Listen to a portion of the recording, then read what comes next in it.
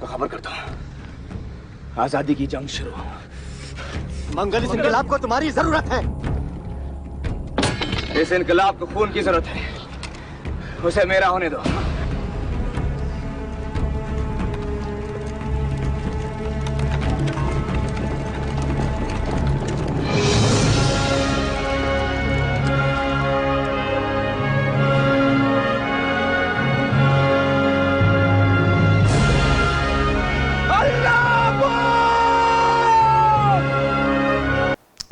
Did you recognize which character was Amir Khan playing in the last video? He was playing Mangal Pandey, who was an Indian soldier in the British Army of the Bengal Regiment in 1857. He was the first one who rose up in rebellion in the Bengal Regiment that ultimately led to the Uprising of 1857. Now, this uprising is often called the Great Uprising of 1857 or the First War of Independence. Now, this is a rebellion in history that is of utmost importance, and this was the first time that the Indians were voicing their opinions for freedom from the British domination. Now, there have been other rebellions as well, as historians have stated, before the Great Uprising of 1857. There have been the Santhal rebellions and other tribal rebellions. So, the significance of the Great Revolt of 1857 is that it acts as a watershed in Indian history, thus making it easier for us to understand the British period in Indian history. So, in order to know the significance of this particular uprising of 1857, we have to know the causes that sparked such an uprising, that made such an uprising possible. So let's quickly jump into the causes of the same. So in order for us to understand the causes that led to the revolt of 1857, for our ease, we can divide the causes into political, economic, socio-religious and military causes. So first we will look into the political causes behind the revolt of 1857. As you already know that Lord Dalhousie, who was the Governor General of India from 1848 to 58.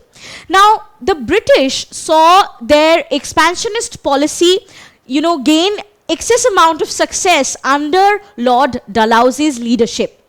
It reached its climax when Lord Dalhousie applied the doctrine of lapse and introduced the policy in 1848.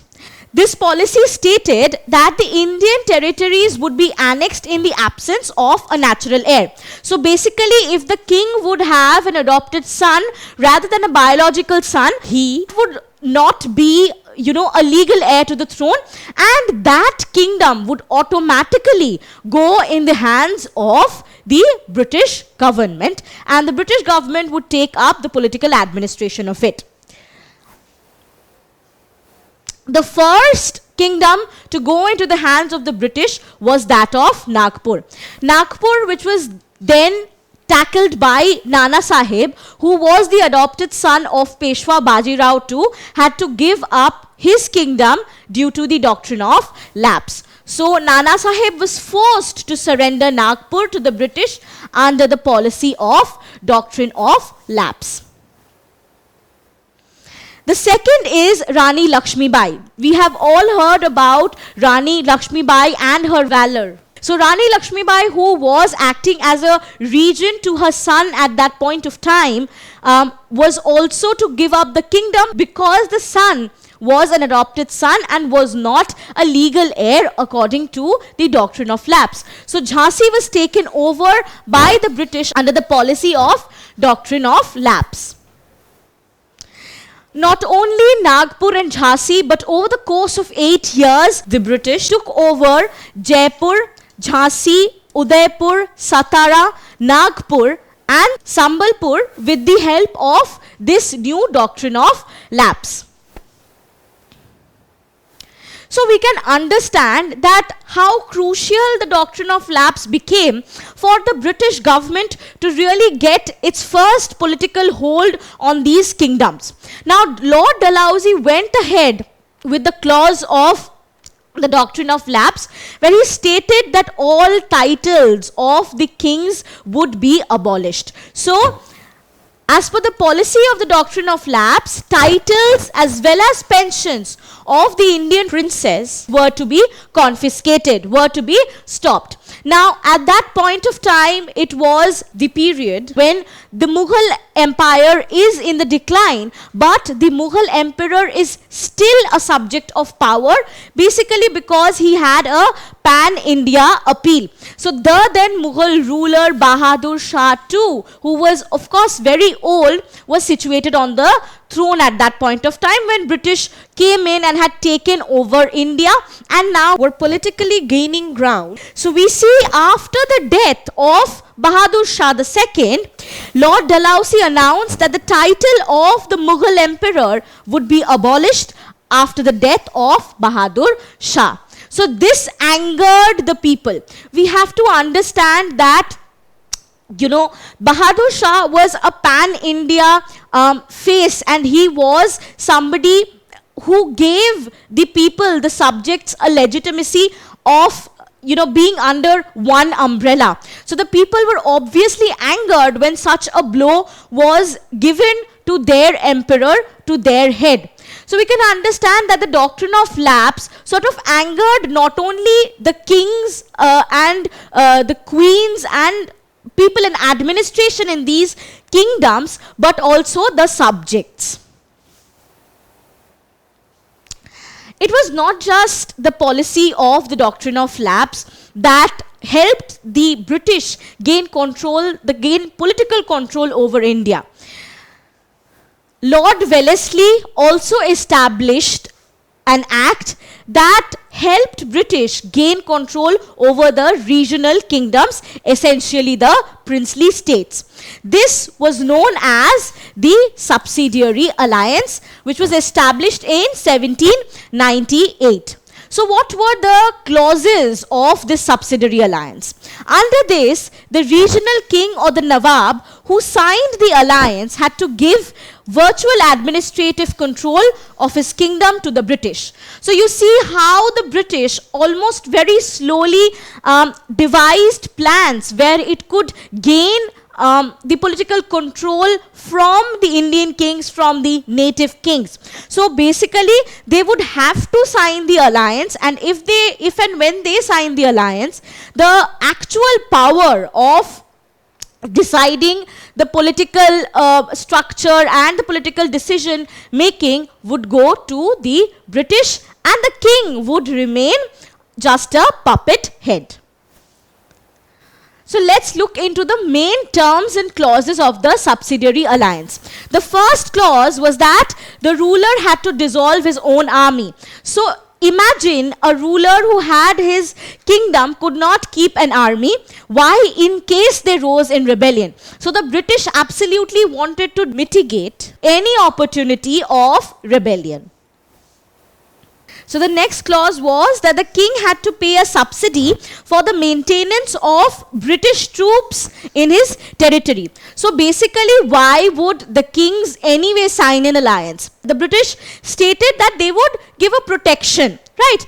But in order for the native kings to receive such protection, the native kings themselves will have to pay the British troops who will provide protection to their territory and not their own native army. Then the British promised to protect the kingdom from any internal revolt or foreign attack. I mean, obviously, if they are, keeping their own forces, the native kings will ask from them a minimal amount of protection, and the Britishers also promised that. But if you really look into the clauses a little deeply, you will understand that the clauses were devised in such a manner where neither the native king would have much of any power or, even if he had his army, that would have any power, because anyway the army was disposed of, and it was only the British who had the administrative, political as well as military powers over these particular kingdoms. So who introduced the Subsidiary Alliance? Was it Lord Dalhousie, Lord Hardinge, Lord Minto, or Lord Wellesley? The correct answer is Lord Wellesley. The first king to sign the Subsidiary Alliance was Nizam Ali Khan of Hyderabad. Once Nizam Ali Khan signed the Subsidiary Alliance, Hyderabad became a hold of the British in 1798. But there is an interesting story to this Subsidiary Alliance as well. I mean, for Hyderabad, we saw that Nizam was willing to sign the alliance, and therefore he signed it with the British. But in case of Awadh, we see that Wajid Ali Shah did not want to sign the alliance. He only signed the alliance on one condition, that the British would not annex the territory. But after Wajid Ali Shah gave his signatures, the British anyway went ahead and annexed Awadh and made it their holding. So Awadh was annexed in 1856, and the Nawab soon was deported to Bengal. So he wasn't even kept in his own kingdom. So the political causes that gave rise to the revolt of 1857 is, the first one is the doctrine of lapse, where it was stated that the non-biological or adopted heir will be denied legal rights to ascend the throne, which automatically gave powers in the hands of the British, and they took over all the assets and the properties. Secondly was the Subsidiary Alliance, which was to be signed so that the British again could politically reign over that particular area. Now, it would have been all right if the Subsidiary Alliance would have been a choice, but it wasn't so, and Awadh, an annexation of Awadh, was the final nail on the coffin of the political causes, when British went ahead and annexed Awadh forcibly and made it their own political hold. So we can understand that these political causes not only angered the kings, but also the people who were agitated against this British rule, and the way the British devised these policies so that they could take the Indian kingdoms under them and start to govern and administer these Indian kingdoms as they would want to. Don't forget to subscribe to our channel and hit the bell icon. You can also register for free at DeltaStep.com or download the DeltaStep app to get access to all our 5,000 plus amazing videos as per your school syllabus. Master each topic with our adaptive practice technology. Get million plus questions with step-by-step solutions and unlimited mock tests. Get all your doubts resolved instantly, learn via games, and win amazing prizes like PlayStations and iPads. So at DeltaStep, learning is not just fun and easy, it is rewarding too. So register for free now.